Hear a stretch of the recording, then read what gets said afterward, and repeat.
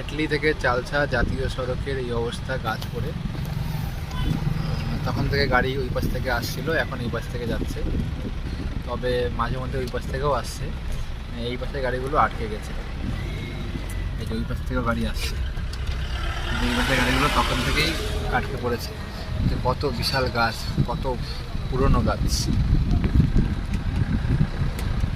ঝড়ের মধ্যে পড়ে গেছে। তাহলে বোঝা যায় যে ঝড় কতটা ব্যাপক হয়েছে।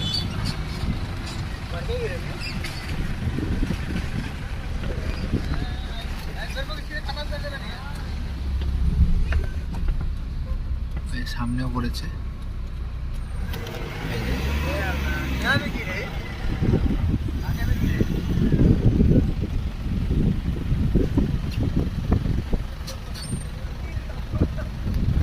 একটা গাছ না, একাধিক গাছ ভেঙে পড়েছে, একাধিক গাছ।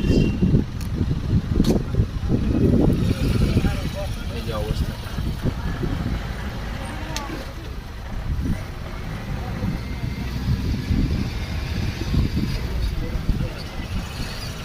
গাড়ি কতগুলো গাড়ি আটকে পড়েছে।